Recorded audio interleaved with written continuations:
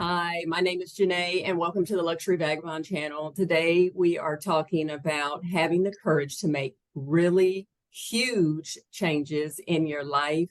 The entire focus today will be spending time with Sylvia in Portugal. She's going to tell us her story. She made some amazing and just inspiring changes for her and her family in her life. And I'm hoping that she will inspire this audience as well. Remember, this entire community is all about designing the life that you want to live after the age of 40.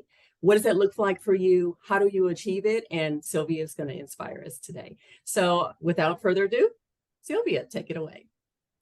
Hi, hello everyone. Thank you so much, Jenée, for inviting me. Wow, that is a really tall order.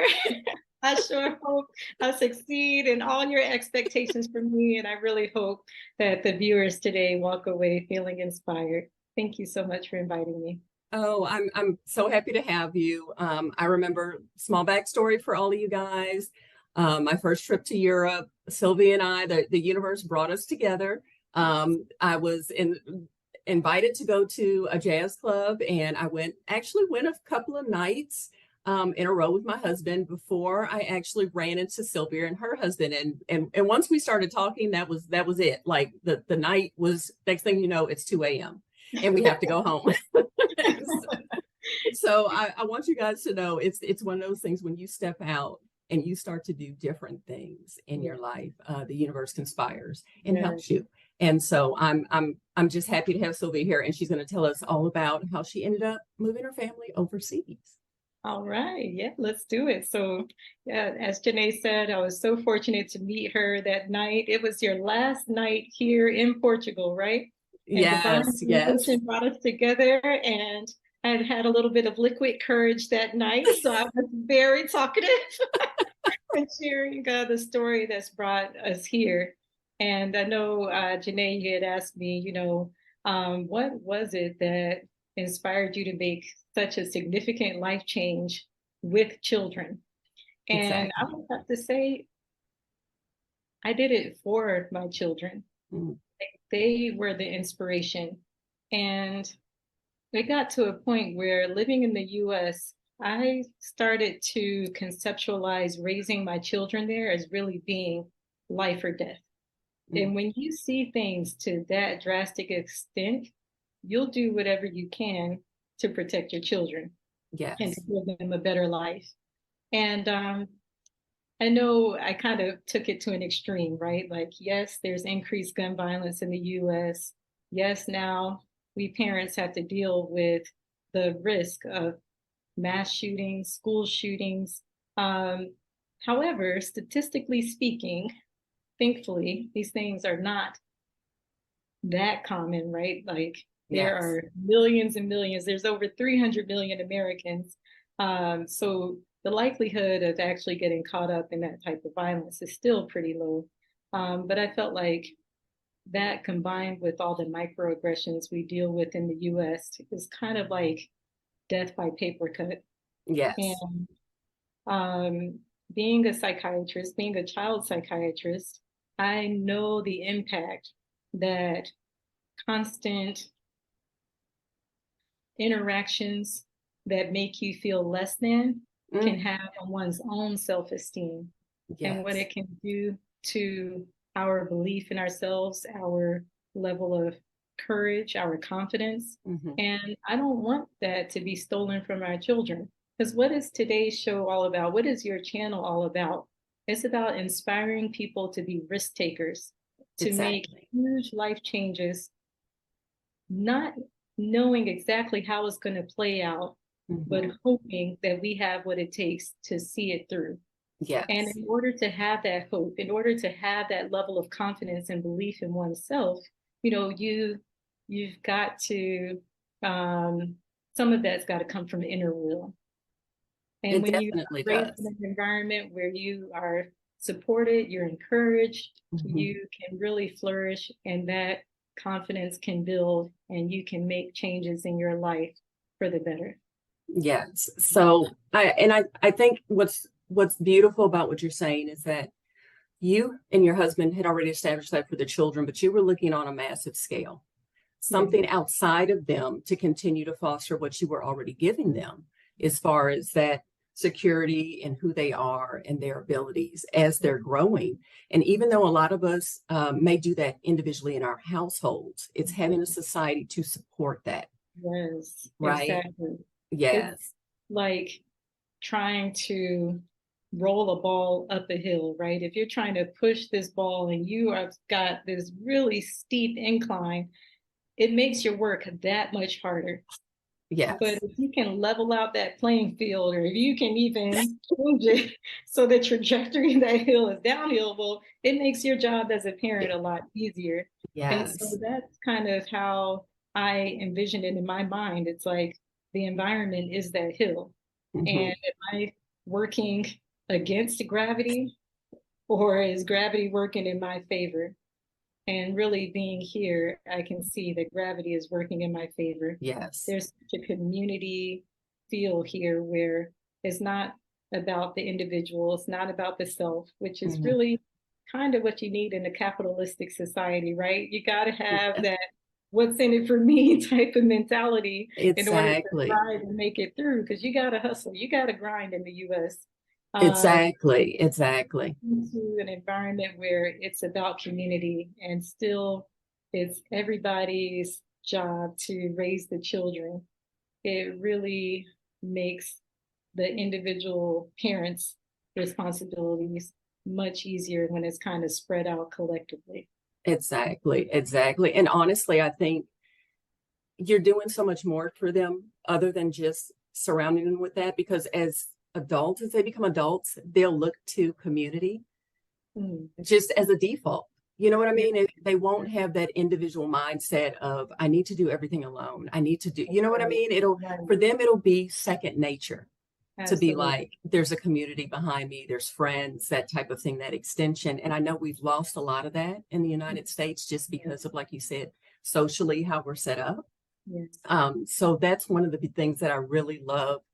Kind of a, I don't want to say like a hidden gem in what you're doing, but it kind of is. We don't realize the magnitude of the steps that we take, Mm. and how there's like a domino effect and all these wonderful things that happen behind the main action. Yeah. So if Absolutely. you don't mind sharing with the audience how the Mhm. process started, and like, how did you get this idea other than wanting to protect your children and Yeah. figuring out like the best way to do that?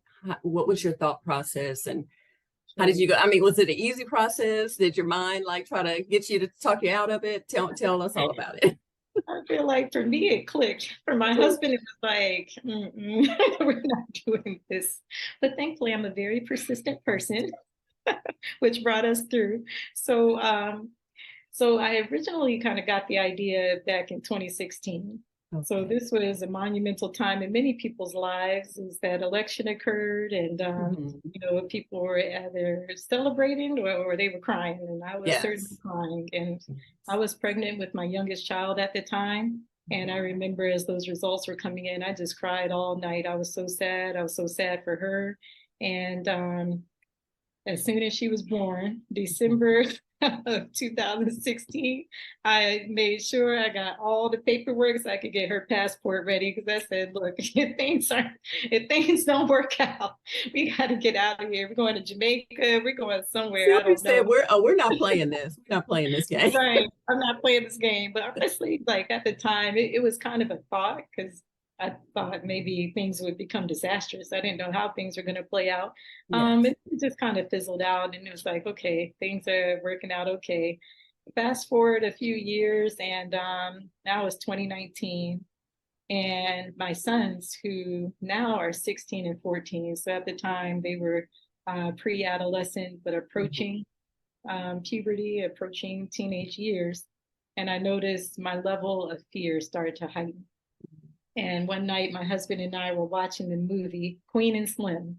Okay. Um, we were watching Queen and Slim, and oh my goodness, I'm not going to do a spoiler, but it was heart wrenching.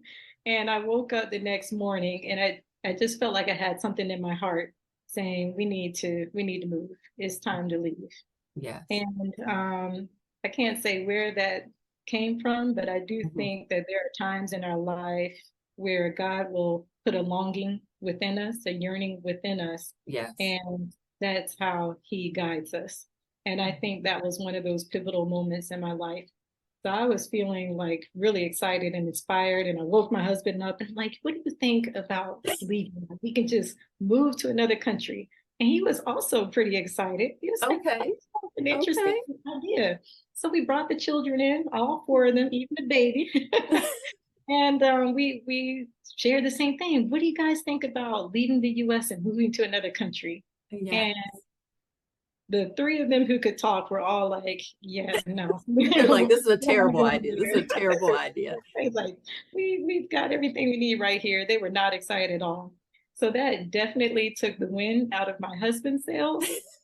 And initially for me, I felt a bit discouraged, but then after thinking on it for a few minutes, I was like, no. Like, I want my children to have a spirit of courageousness. When an opportunity like this is presented to them, I want them to embrace this and be excited about it. Yes, yes. So that actually made me have a renewed spirit, like we got to do this. So this was November 2019. Okay. What happens like 2 months later, now, we start hearing news of COVID. My husband and I were on a trip to Singapore. This was, for me, a scouting trip. For him, it was our anniversary trip. But it's like, hey, whatever you call it, let's just go check it out. Exactly. And we got there, and I felt a bit disillusioned. Like, I had very high expectations because Singapore prides itself as being a meritocracy. So those who just work really hard, as we say in the US, pull yourself up by the bootstraps, you're going to be the ones who are successful in that society. But when I got there, I saw that there were still a lot of divisions along color lines. Yes. So in Singapore, this meant that the Chinese held a lot of the wealth, power, high political positions. And it was either, the indigenous Singaporeans or the Malay people the darker skinned people who were doing the manual labor, whether it's construction work or maybe janitorial positions and things. And I was so disappointed because I'm like, surely this is not a meritocracy, because there would be a representation of the population amongst all classes in this society. Yes. So it was a little too familiar. A little too familiar. Yes, absolutely. Yes. So went back home, and as we're headed home, we started hearing the news of COVID. And that just shut everything down. So now we fast forward to summer 2020. So George Floyd, Breonna Taylor, Ahmaud Arbery, it was just all too much. And I mentioned my persistence earlier in this interview. And I just kept digging away. And my husband, this is how I got him in the first place. I was very persistent. Yes. And now, because of COVID, so many things were taking place online. Exactly. Overall, in the grand scheme of things, the pandemic has been awful. But one positivity that I can say came from it was just our ability now to see how much that we could work remotely, how much good we can still do in the community, how much we can still connect with each other virtually. Yes. And so we had shut down, like we were living in Florida at the time. Florida closed a little bit halfway for a couple of days. They kind of closed. They thought about it, then they just opened back up. Yeah. So we did our own self-imposed lockdown. My brother-in-law was living with us at the time, and we let him know, like, hey, so we're about to shut it down. You can be in the bubble if you want to be, but he's young and single. He chose not to be in the bubble. That's fine. But the only people we came within 6 feet of for months was my mom and dad. Okay. And so through this, I was able to finally convince my husband, who was very adamant we were not leaving the U.S. We can do this from anywhere in the world. Right. Let's just try it out. Let's just try. Yes. And New Zealand had done really well with the pandemic at this time. They were able to shut down hard, and there was no more community spread of COVID.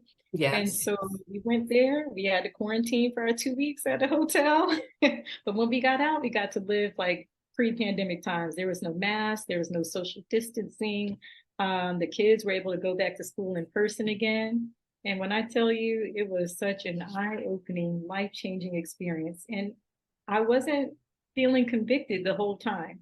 Okay. There Okay. was a time a couple of weeks before we left where I'm looking at my husband like, so are we really doing this? Like, we're really doing this. Like, We're really doing this. we got the American dream. We got the house, we got the cars, we got our careers, we got everything's going well. Are we doing this? And he was like, look, you put me through all this, we better go. We've submitted the applications, we've done all of the rigmarole. Yes. We're going. There's no turning back now. There's no turning back now. Yep. So it was through his ability to also take risks. Yes.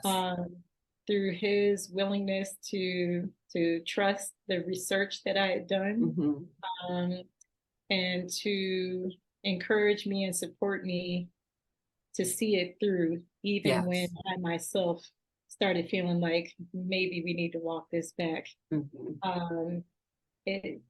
Those things all aligned to us taking this plunge, giving it a chance, and also kind of knowing if this doesn't work out, we can just go back home. Well, that's the thing. There's always that option, right? There's always that option. And I think if anything, that should take away our question of should we at least try it, right? Because there's always that I can always go back to what I was doing or things like that. Now, I would say 99% of the time people don't go back. They move forward or they move through it, right? They move forward or through it. Yes. And so, I mean, it's beautiful that you had that support. And I think that's another thing that people underestimate, the need for having that somewhat of a team. Now, in this case, it's your husband because you guys were doing it together. But if you don't have a spouse and you're going through a big change on your own, it's not necessary to do it on your own. You can find that community, even if it's one or two people, to help you see through your vision. The people that believe in you, that people that, like you said, he trusts your research. He's like, I know she's got it. Yes. And I'm here for her to support her in that. And we'll figure it out together. It's so important for us to believe in ourselves and to surround ourselves with people who will encourage us, support us, be happy for us. Yes. And kind of put their foot in our back when we kind of need that final push. You need that too. Yeah. So at this point, y'all are in New Zealand, which to me, again, it's one of those that I can see how determined you were to make this change because it wasn't a straight path. You were actually kind of building the path as you were going. And so you looked at Singapore. Singapore was a little bit too much of the same. Now you're in New Zealand and you're loving it, right? You're loving it. Loving it. It was such an incredible experience. We get off the plane and I've got all the paperwork together. I've got the kids. And back then, like you needed to have everything, like you still had to wear your mask. They're doing temperature checks and all of that stuff. And my husband's like, I got to go to the bathroom. So I'm like, you just going to leave me here with these 4 kids. But I'm like, now you got to go now? I had 12 hours on the plane. I'm like, okay, we're fine. Everything's going to go smoothly. I got the visas. I got the passports. Like we are ready. Yes. And we're towards the end of the line, and I just see this gentleman. He's like their equivalent of TSA, come walking down. And I'm like, don't make eye contact. You're good. You're good. And would you believe he comes and calls me out of the line? He's like, you, man, you got to come with me. And I'm like, oh, of course. Lord. Where's Eddie? Is my cell phone working here? Like, do I have internet? So my, oh, Lord. So do you know this man escorted us to the front of the line? Because we had small children with us. Oh, the whole process, every temperature check, every check of our immigration paperwork, when we had to board the bus to get to the hotel and repeat the process there again, every single time they prioritize the families, they prioritize the elderly. We get to the hotel, now day 2 of our quarantine. We had to quarantine for 2 weeks. We get a knock to the door. And we opened the door and we had a delivery of 4 boxes. Each box was specifically packaged educational materials for each one of our children for their age group.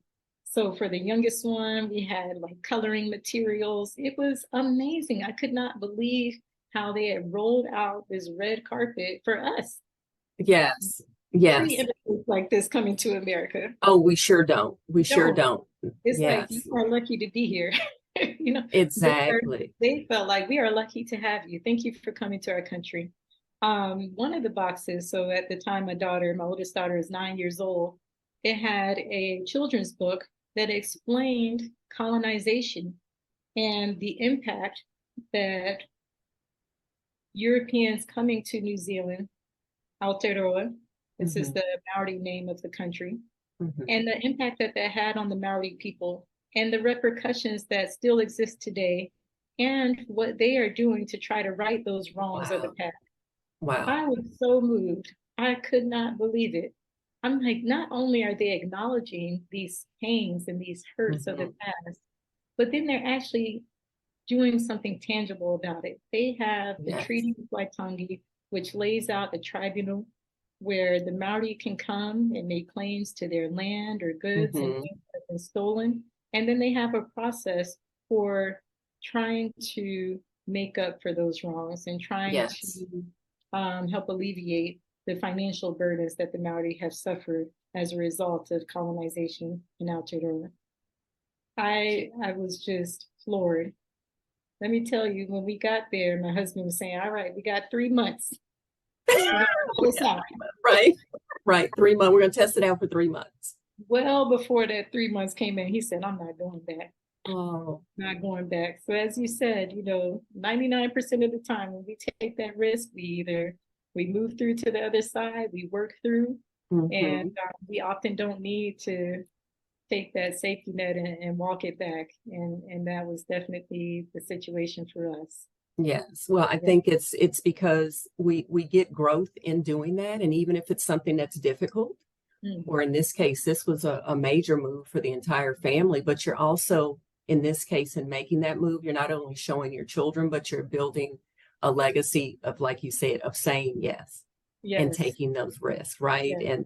And so Absolutely. now your children will grow up in at least, well, overseas. I'm not going to say you'll be in Portugal forever, but But now I hope so, because as much as we love New Zealand, we even love it here more, which was oh yeah, superb. I didn't think we could yes, get any better. And yes. when we talk with our children about making another international move, about Okay. moving to Portugal, this time, instead of the gripes and the complaints and the no's, we got a resounding yes. Oh, Yes. This see, time, we're ready. Yeah. they were ready. They just needed that one time and to get there and feel welcome. And it has everything to do with how they feel, right? So Yeah. they were so welcome. Oh, that's amazing. I mean, I honestly, my children are older, but my husband and I discussed that we wish we would have had that mindset. Like we had children younger and we were still in the American mindset of trying to accomplish everything we could here. Like you said, the working harder, move to the middle class, those types of things. And a lot of those things were society based Mhm. tracks we were Yeah. put on. Yeah. Doesn't mean that we were happy in those tracks. We just were trying to show we could be successful in them, Right. right? Yeah. That's all we And knew. but the ability to be able to kind of break out of that and have your children experience something new at such a young age is absolutely beautiful and amazing. So Thank you. Thank you. yes, Yeah. yes. So New Zealand to Portugal. Mhm. Yeah. Why Portugal and why the change? Why the Oh, change? yeah. So when we originally started on this expat immigrant journey, I reached out to a couple.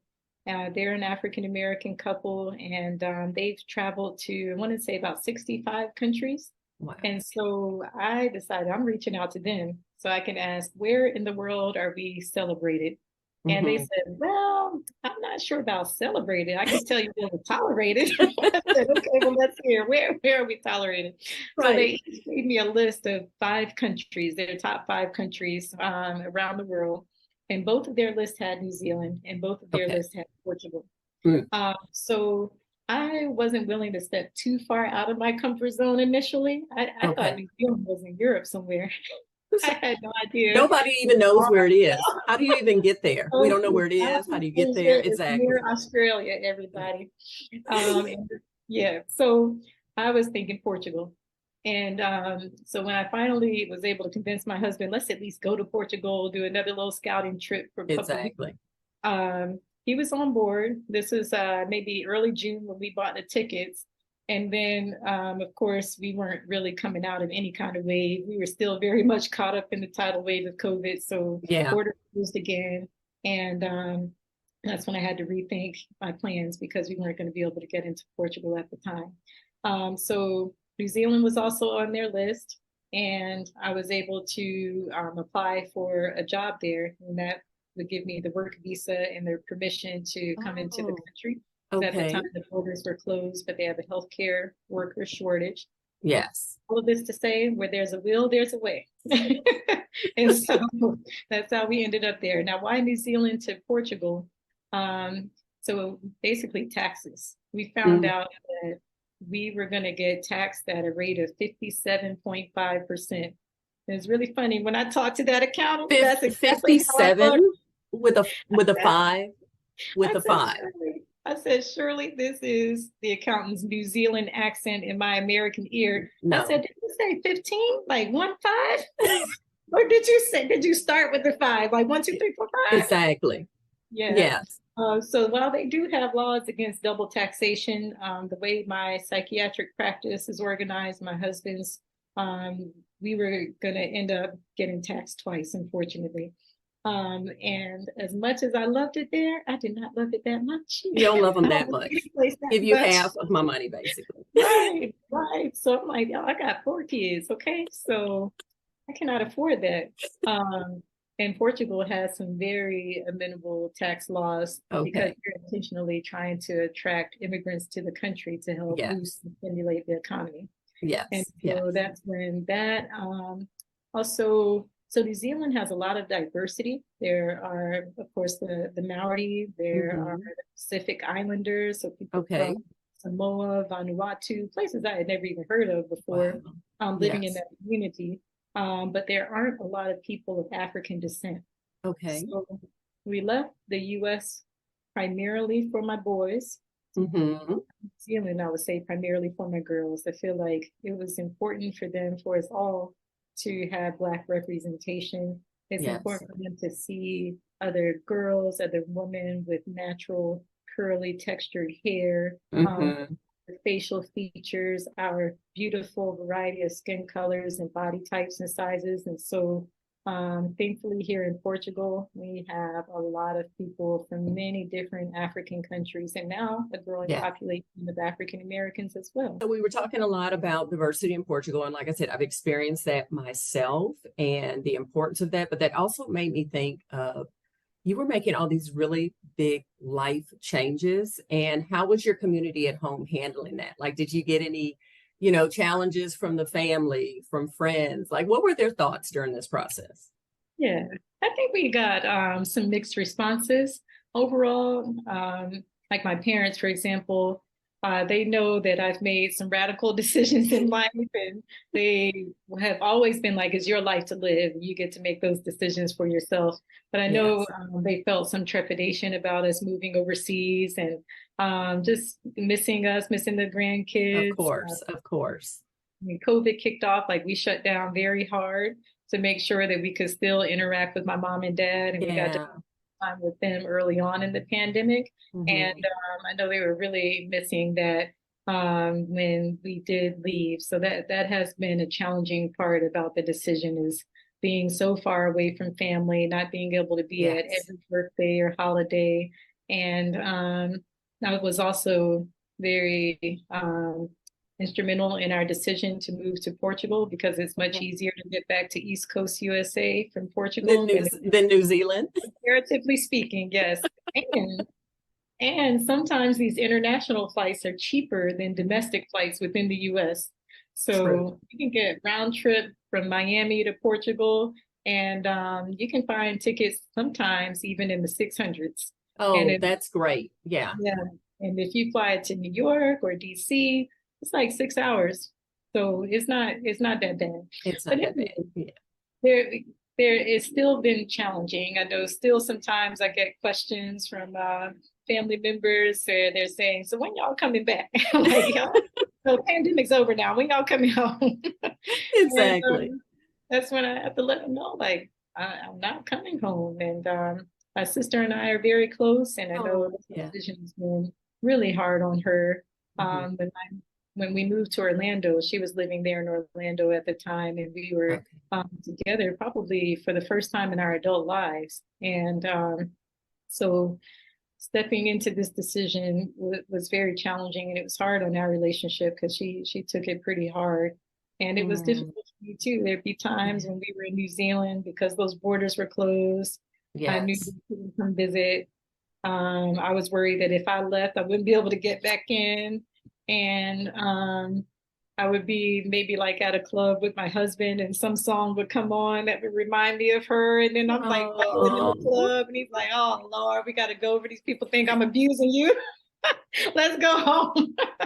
But every time I talk to them, I would try to keep that bright disposition and just like try to yes. positive so that I wouldn't distress my family any more than I already was. But it was tough Mm, to to make that change, being as we have such a close knit family. yes. Yes. With any decision that you make in life, any especially a major life change, Mhm.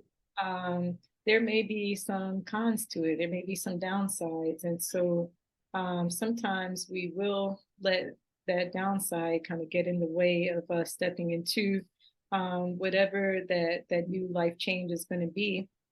And what I would say for women who are facing that challenge is that, any decision that you make, you have to live with it.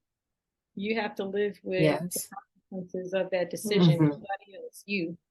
And if you can do that, if you can continue to live life as it has been, Right. then just know that that's a conscious choice that you're making. True. And have done your research. If you feel conviction in your heart, you feel like God is moving you in a certain way, or even if you don't have that conviction, but you have a longing Mm, and you're thinking of something, but you're kind of letting the naysayers hold you back, you really have to think about, well, this is my life to live, and whatever choice I make, I'm the one who's going to have to deal with the repercussions of that choice. exactly. Yes. And Yes. stepping into that new, making a huge change, especially when it can have an impact on other people. Um, Sometimes folks are afraid of change, Hmm. and um, they also will have to make an adjustment based on what you've decided to do for yourself. Yes. And Yes. just recognizing that, um, try not to be upset with family for that. It's a natural, normal human response. Know that I you're loved, agree. Yes. Yes. coming from a place of love, and then do what you feel is best for you and do it in a way that you can hopefully help others to evolve and grow too. And maybe that relationship can evolve to another level and a different type of connection. Yes. Yes. That's another benefit of of stepping out on a new path is that your relationships are able to grow and evolve in that. For those close relationships, I know a lot of people do consider the impact of their choices on their friends and on their families. But there's also that component where, like you said, you are the one that has to live with that decision. And if you can honestly say in your heart, this is the place I don't need to continue to inhabit. I don't really need to stay in this space. You have to make that move for you. And I love the encouragement. Again, it sounds like you had such a supportive family and in this move, even with the, like you said, even with the heartache and through the hard things, they still really wanted the best for you. And they were able to hear, no, this is what Sylvia needs. And to kind of look beyond what they would want Sylvia to have and Right. to say, no, this is, let me try my best to be supportive. And like you said, they may go through their own growth in that. but they love you enough to be behind it. So, Yeah, I've been very so fortunate in that sense. yes, yes. And thank you. I just want to tell you, is there anything else you want to share with us beyond Yeah, that? well, so I recognize that not everyone is surrounded by a circle of positive, supportive family. Also recognize not everybody is a physician, where there's a certain privilege that I'm afforded. And being a doctor, being in a specialty that is really a shortage worldwide, that has made some of these decisions easier and made the path a little bit smoother. Um, but for any of those viewers out there who may have a big life change in mind and maybe not feel so inspired today because you're thinking, well, of course you did it. You know, you're a doctor and doctors got money. And let me remind you, I still have 4 kids. The kids didn't go anywhere. Still got a lot of bills, okay? No, but I haven't always been a doctor. My life has not always been smooth and easy. There are many challenges that I've faced in life. And I think we all do, regardless of what life circumstances you're born into. We will face challenges in life. And it was part of this type of mentality that I have where if I'm in a bad situation, I'm not going to stay in it. There you go. I hear you. Yes. I'm going to do whatever it takes to get out of that situation. And I also recognize growing up in a 2-parent household, growing up with supportive parents, yes, supported me a mentality where I believe in myself and I believe that I have a certain amount of control that I can exercise in the environment around me. We're not all born with that type of mentality. True. So for those who didn't grow up being told that you can do it and you can be whatever you want to be, you gotta do it for yourself. It might be fake it till you make it type of mentality. Yes. Yes. Okay. Channel your inner Jenée or your inner Sylvia, your inner Jesus. What would Jesus do? What would Jenée do? What was supposed to do? And then make that plan and step into it and do it. Just do it. Yes. And when you believe in yourself, when you believe that you can do things, you can. Because no matter what you believe, you're right. You believe you can't do it, you're right. You're right. Yeah. Do it. You believe you can't do it, you're right. You will do it. So don't think that my path was so easy that, of course, Sylvia did it. And no, I can't do that too. No, you can. You can, absolutely. Whatever those hesitations are, those reservations, yes, whatever those nagging thoughts of all the reasons you're rationalizing why you cannot, turn that around. Turn that mentality around and think, why not? Yes. Why not? Why can't I? Why not me? And then just do it. And just do it. That action plan, write it out, claim it, pray on it, and then just do it. You can do it. Y'all heard Sylvia? She said, just do it. Nike got it for me, actually. They did. They've been using her slogan all this time. She has proven that she has done it. So yes. Nike, don't come after me. I'm just kidding. It's all in jest. Well, I have like thoroughly enjoyed having you on the channel today, Sylvia. I just, like I said, I was so inspired when I met you to hear your story, and I'm on my own journey. You're on your own journey. The path for everyone looks different. And that's what's beautiful, is like the diversity and what we see for our lives and the way that we've achieved it and how we got there. And look at us coming together. Look at us coming together at the end. Yeah. So, so again, I just want to thank you for coming on the channel and speaking to all the viewers and all the ladies that are really at that point in life where they're ready. They're like, I'm ready. I just need to continue to get some inspiration. Until next time, thank you for joining us today. Bye.